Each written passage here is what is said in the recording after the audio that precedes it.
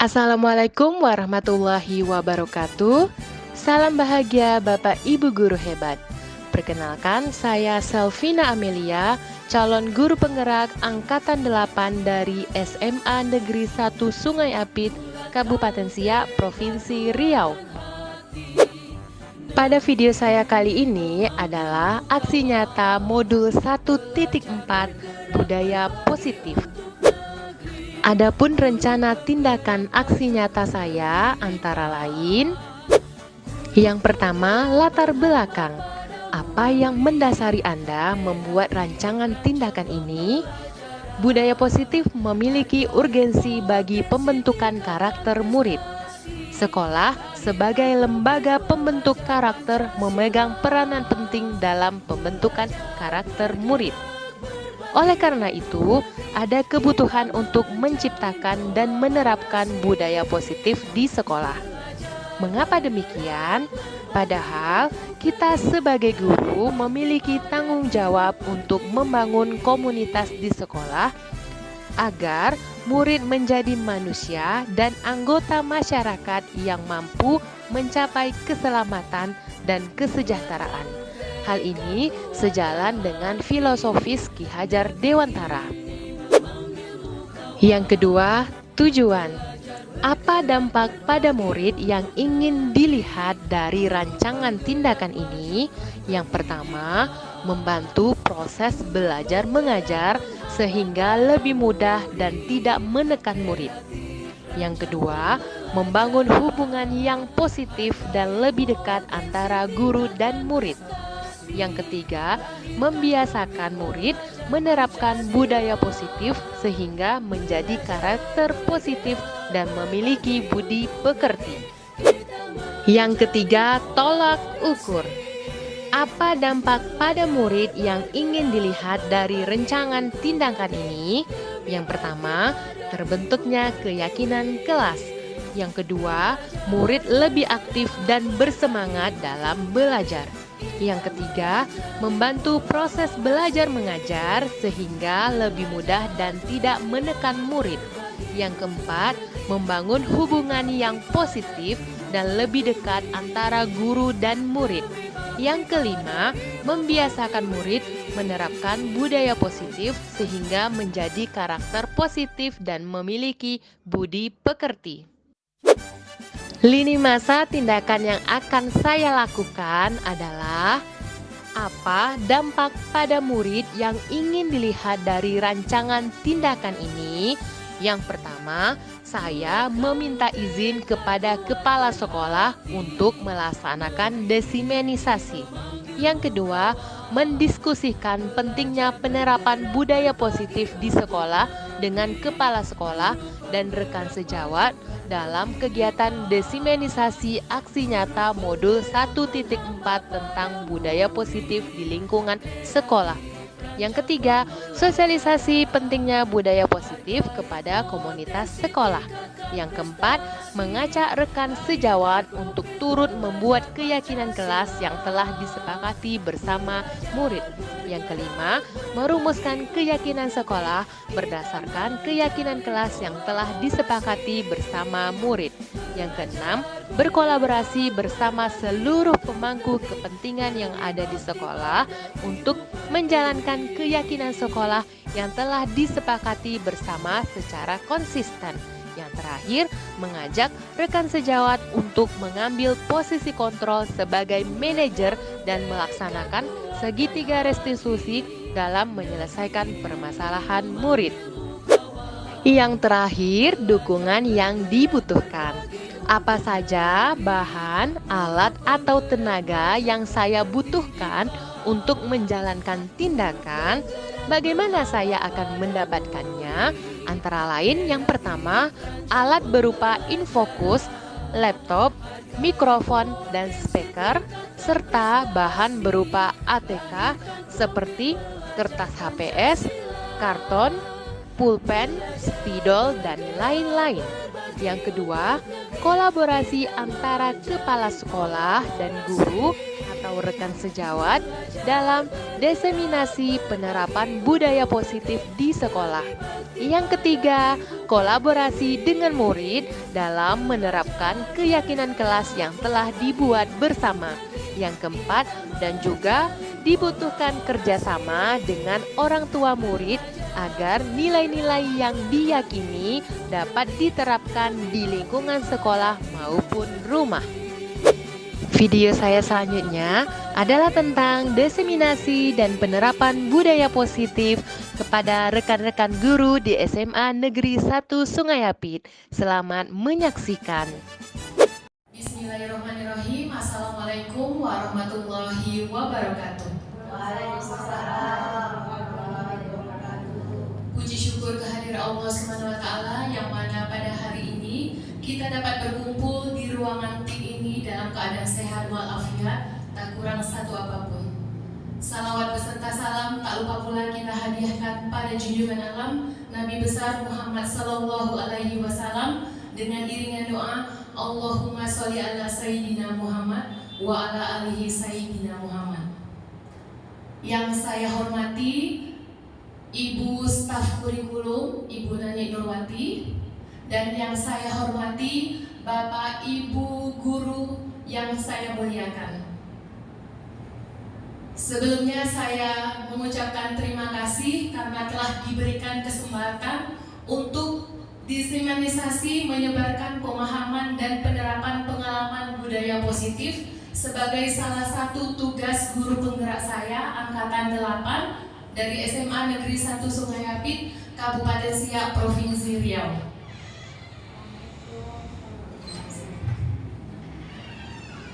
Bapak Ibu yang saya hormati, seorang guru yang baik itu harus memiliki kemampuan dalam mewujudkan budaya positif di lingkungan sekolah.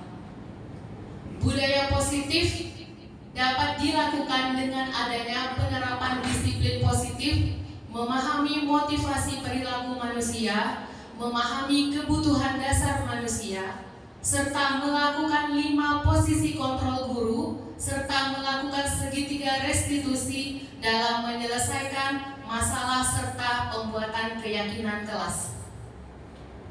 Apa itu disiplin positif? Disiplin positif adalah cara penerapan disiplin tanpa kekerasan dan ancaman yang dalam praktiknya melibatkan komunikasi tentang perilaku yang efektif. Disiplin positif juga mengajarkan anak tanggung jawab serta rasa hormat dalam berinteraksi dengan lingkungannya. Selain itu, menumbuhkan kesadaran serta memberdayakan anak untuk melakukan sesuatu tanpa sogokan, ancaman maupun hukuman. Sebagai pendidik, tujuan kita adalah agar peserta didik memiliki kesadaran dari dalam diri mereka pribadi dan perilaku mereka mengacu pada nilai-nilai kebajikan universal serta memiliki motivasi intrinsik dalam perubahan perilaku ke arah yang lebih baik. Motivasi perilaku manusia. Biasanya motivasi perilaku manusia ini salah satunya adalah untuk menghindari hukuman atau ketidaknyamanan. Kemudian untuk mendapatkan imbalan atau penghargaan.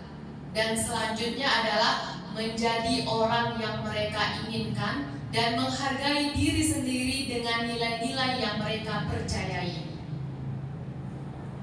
Nah, kebutuhan dasar manusia ini ada 5. Yang pertama, harga diri. Yang pertama adalah penguasaan, yaitu harga diri, keinginan untuk dianggap, memimpin, berprestasi, diakui, dan didengar. Nah, kalau kasih sayang dan rasa diterima, nah contohnya seperti rasa diterima, dipedulikan, berbagi menjadi bagian dari kelompok. Kalau kebutuhan dasar manusia yang kesenangan, berarti dia ingin bermain, humor, kebahagiaan, tertawa. Kalau bertahan hidup, fisiologis untuk bertahan hidup, misalnya kesehatan, rumah, dan makanan. Dan terakhir, kebebasan, berarti dia mandiri, mampu mengendalikan diri, terus selalu mau mencoba hal yang baru. Nah, itu adalah kebutuhan dasar manusia. Kebutuhan dasar manusia adalah segala sesuatu yang kita lakukan agar mendapatkan yang kita inginkan. Seluruh tindakan yang kita lakukan memiliki tujuan tertentu dan kita lakukan semua usaha terbaik kita agar semua kebutuhan dasar kita terpenuhi dengan baik. Ada 5 posisi kontrol guru. Yang pertama adalah penghukum, kedua pembuat merasa bersalah, yang ketiga pemantau, yang keempat teman, dan yang kelima manajer. Saya akan menjelaskan 5 posisi kontrol guru tersebut. Nah, yang pertama adalah posisi kontrol guru penghukum. Seorang penghukum bisa menggunakan hukuman fisik maupun verbal. Orang-orang yang menjalankan posisi penghukum senantiasa mengatakan bahwa sekolah memerlukan sistem atau alat yang dapat lebih menekan murid-murid lebih dalam lagi. Guru-guru yang menerapkan posisi penghukum akan berkata, "Patuhi aturan saya," atau "Awas, kamu selalu saja salah. Selalu, pasti selalu, yang terakhir selesai." Guru seperti ini senantiasa percaya hanya ada satu cara agar pembelajaran bisa berhasil, yaitu cara dia.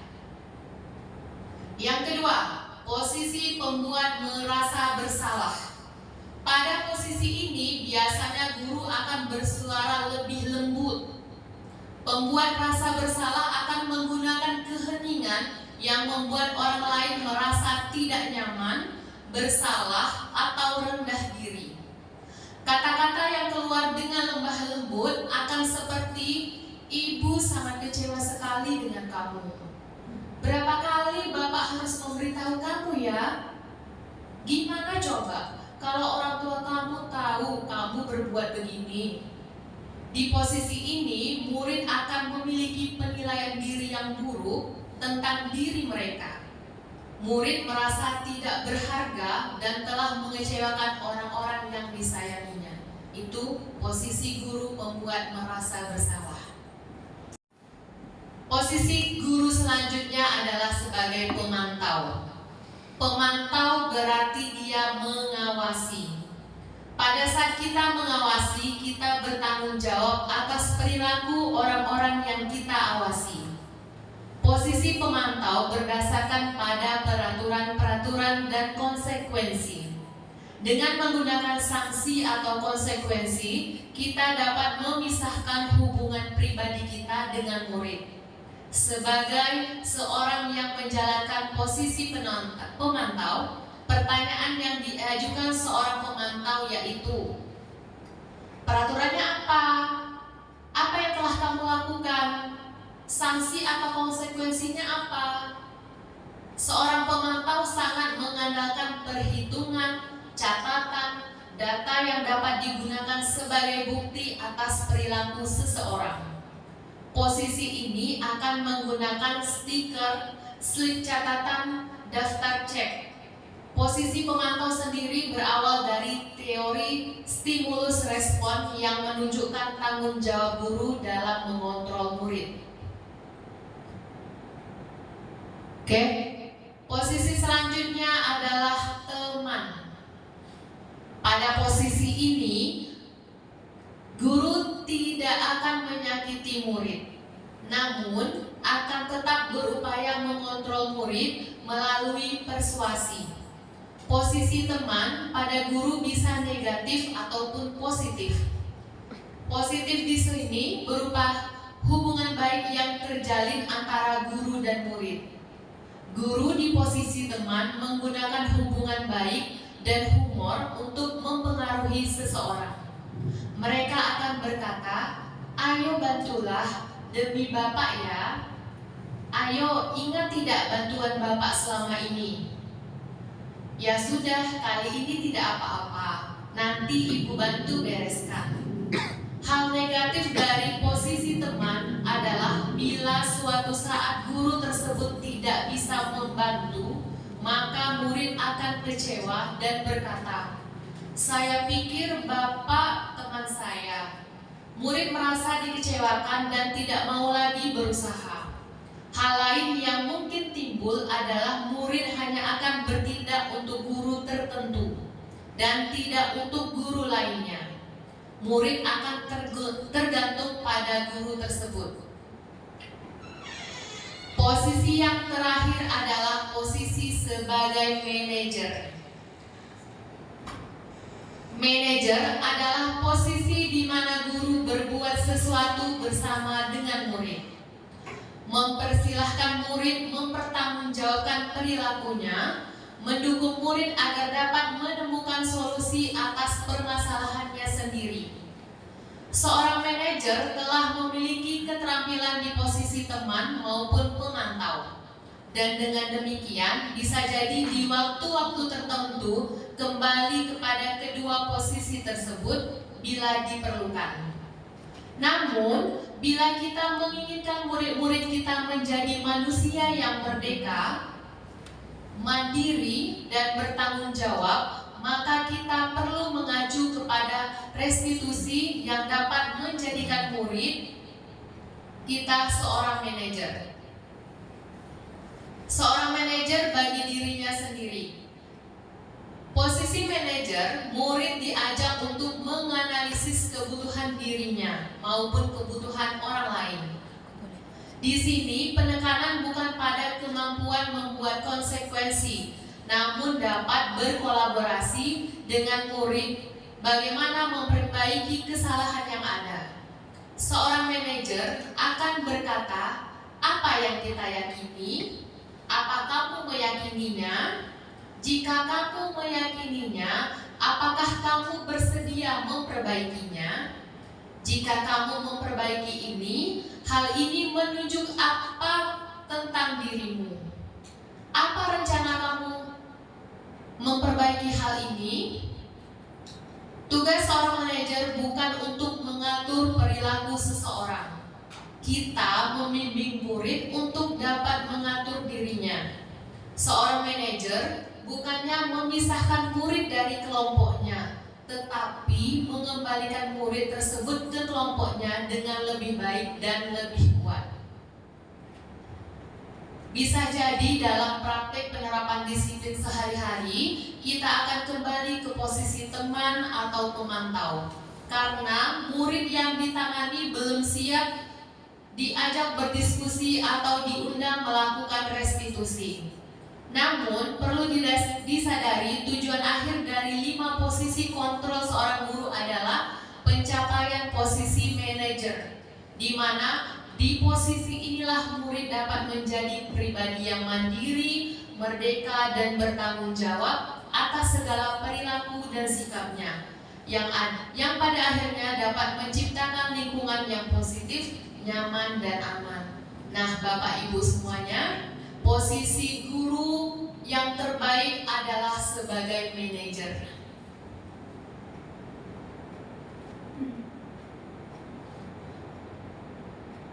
Selanjutnya adalah segitiga restitusi dalam penyelesaian masalah.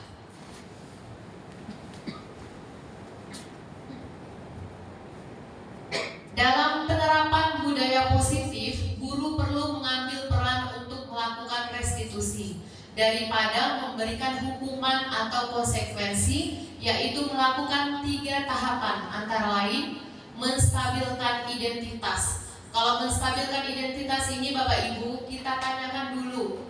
Kita sebagai manajer bertanya, apa kabar anak? Apa kabar? Kita menanyakan kabarnya, menanyakan kegiatannya, tidak langsung kita menanyakan masalahnya. Itu namanya menstabilkan identitas. Selanjutnya validasi tindakan yang salah.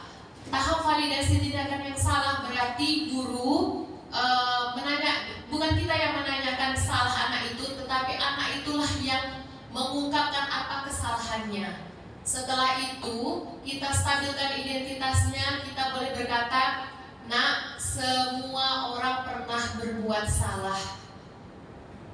Semua orang pernah berbuat salah. Jadi bagaimana cara kita memperbaikinya? Nah, itulah validasi tindakan yang salah. Selanjutnya adalah menanyakan keyakinan. Menanyakan keyakinan di sini, keyakinan apa yang telah ia langgar? Misalkan dia tidak disiplin atau dia tidak bertanggung jawab, itu adalah menanyakan keyakinan. Keyakinan yang dimaksud adalah keyakinan kelas. Nah, tujuannya untuk menjadikan murid yang mandiri, disiplin, dan bertanggung jawab. Selanjutnya adalah membuat keyakinan kelas atau sekolah. Membuat keyakinan kelas ini, Bapak Ibu, harus kita lakukan sebelum memulai pembelajaran. Kita boleh menanyakan setiap hari keyakinan kelas kepada anak. Sebelum memulai pembelajaran, kita tanyakan dulu, nah, keyakinan kelas apa yang akan kita laksanakan hari ini? Boleh kita tanyakan setiap hari, dan boleh kita revisi jika ada keyakinan yang tidak sesuai. Nah, keyakinan kelas ini guru berperan aktif dalam mewujudkan terbentuknya keyakinan kelas atau sekolah dengan adanya kesepakatan antara guru dan murid. Kita harus sepakat dulu apa keyakinan. Misalkan anak itu menyebutkan disiplin, terus mengumpulkan tugas tepat waktu, berarti itu dia termasuk disiplin. Terus lagi tidak boleh terlambat, berarti dia disiplin waktu. Lalu mengumpulkan tugas juga tepat waktu, disiplin waktu, boleh juga bertanggung jawab. Selanjutnya, sesuatu yang diyakini bersama yang berasal dari penyatuan pikiran dengan menerapkan nilai-nilai kebajikan yang telah disepakati bersama. Guru lebih mudah mengontrol murid karena setiap kegiatan yang mereka lakukan selalu dihubungkan dengan keyakinan kelas yang telah disepakati.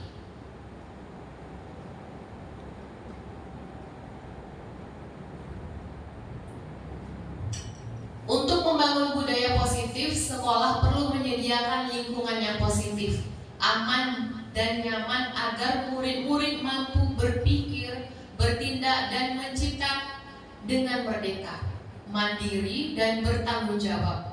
Adapun konsep-konsep inti yang saya pelajari setelah ini adalah disiplin positif. Kita telah mempelajari disiplin positif tadi. Teori kontrol juga sudah kita pelajari. Teori motivasi, hukuman, konsekuensi, penghargaan, kebutuhan dasar manusia, keyakinan kelas, dan segitiga restitusi. Nah, sampai di sini dulu penjelasan saya tentang budaya positif. Mudah-mudahan bermanfaat. Terima kasih atas waktu yang telah diberikan. Wassalamualaikum warahmatullahi wabarakatuh.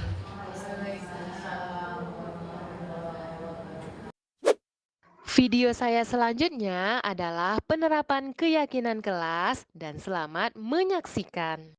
Bismillahirrahmanirrahim. Assalamualaikum warahmatullahi wabarakatuh. Waalaikumsalam warahmatullahi wabarakatuh. Selamat siang anak-anak ibu. Siang, Bu. Bagaimana keadaannya hari ini? Alhamdulillah sehat ya. Mudah-mudahan anak-anak ibu selalu dalam lindungannya. Nah, hari ini kita akan membuat kesepakatan kelas. Nah, kesepakatan kelas itu berfungsi untuk mendisiplinkan anak-anak ibu. Lalu kita membuat perjanjian antara guru dan siswa apa-apa saja yang boleh dilakukan dan apa saja yang tidak boleh dilakukan. Selain peraturan sekolah, kalau peraturan sekolah wajib ditaati. Nah, di kelas ibu ada kesepakatan kelas yang harus kalian patuhi. Nah, kesepakatan itu kalian yang harus membuat kesepakatan. Misalkan tidak boleh terlambat, apalagi. Ya. Nah, nanti kesepakatan itu kalian tulis di kertas ini, ya, tidak usah membuat nama, tidak usah dibikin nama, lalu nanti kalian tempelkan di depan kelas. Oke? Paham maksudnya? Oke, nanti kalian bikin di kertas ini, lalu kalian tempelkan di depan kelas. Terserah. Saya bagikan dulu kertasnya.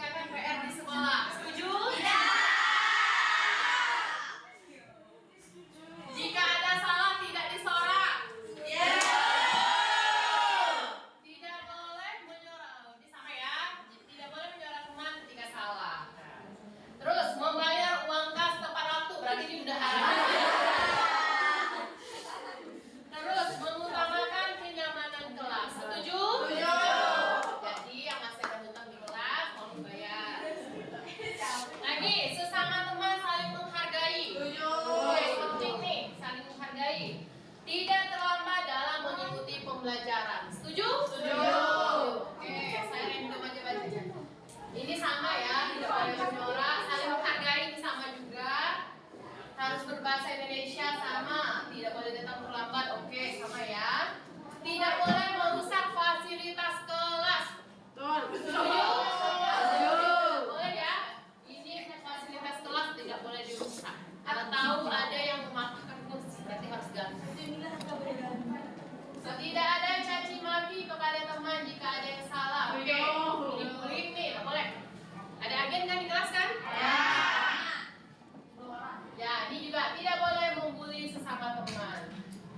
Menghargai teman, oke sama. Tidak boleh datang terlambat. Ini sama, bahasa Indonesia. Saling mensupport satu sama lain, saling mendukung. Setuju? Setuju. Mengumpulkan tugas tepat waktu. Setuju ya? Memakai seragam yang rapi. Setuju. Saling menghargai satu sama lain, benar. Nah, nih harus memulangkan barang yang telah dipinjam. Setuju. Boleh jadi hak. Ini sama, oke. Kurangi ulangan, tidak bisa. Ini barang yang dipinjam. Menghargai perbedaan baik dari segi kepercayaan, kelebihan dan kekurangan latar belakang. Tapi dia rasis, Bu. Tidak menyela, udah. Oke. Tidak menyela saat guru berbicara atau menerangkan. Setuju. Oke, ini kesepakatan kelas kita. Yang pertama tadi menghargai teman. Terus tidak ada yang menyorot teman jika salah. Perilaku bullying tidak dibolehkan. Terus lagi, tidak boleh datang terlambat, tidak boleh merusak fasilitas. Lalu tadi mengumpulkan tugas tepat waktu, ya. Apa lagi? Tidak menyela saat guru berbicara atau menerangkan. Nah itu, karena banyak yang sama, itulah diantaranya kesepakatan kelas kita. Setelah keyakinan kelas disepakati bersama murid, maka langkah selanjutnya saya bersama murid membuat keyakinan kelas tersebut di karton lalu menempelkannya di belakang dinding kelas. Demikianlah aksi nyata modul 1.4 tentang budaya positif. Terima kasih. Assalamualaikum warahmatullahi wabarakatuh.